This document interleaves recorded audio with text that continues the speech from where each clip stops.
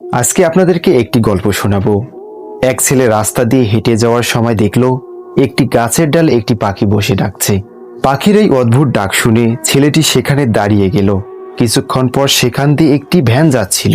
সেই ভ্যানে ছিল 4 জন লোক, একজন হিন্দু ভ্যান চালক, একজন কৃষক এবং একজন কুমার, আরেকজন ছিল হুজুর। সেই ছেলেটিকে গাছের দিকে চেয়ে থাকতে দেখে সেই হিন্দু ভ্যান চালক বলল, কি রে, ওখানে কি দেখছিস? ছেলেটি ভ্যান চালককে বলল, কাকা দেখেন তো এই পাখিটা কয় কি? সেই হিন্দু ভ্যান চালক বলল, পাখি তো কয় হরে কৃষ্ণ রাধা। সাথে সাথে কৃষক বলল, ধুর মিয়া, পাখি তো কয় পিয়াজ রসুন আদা। কুমার বলল, আমি তো স্পষ্ট শুনছি পাখি তো কয় হাড়ি পাতিল খাদা। হুজুর বলল, না রে পাগলা, পাখি তো কয় আল্লাহ রসুল খোদা।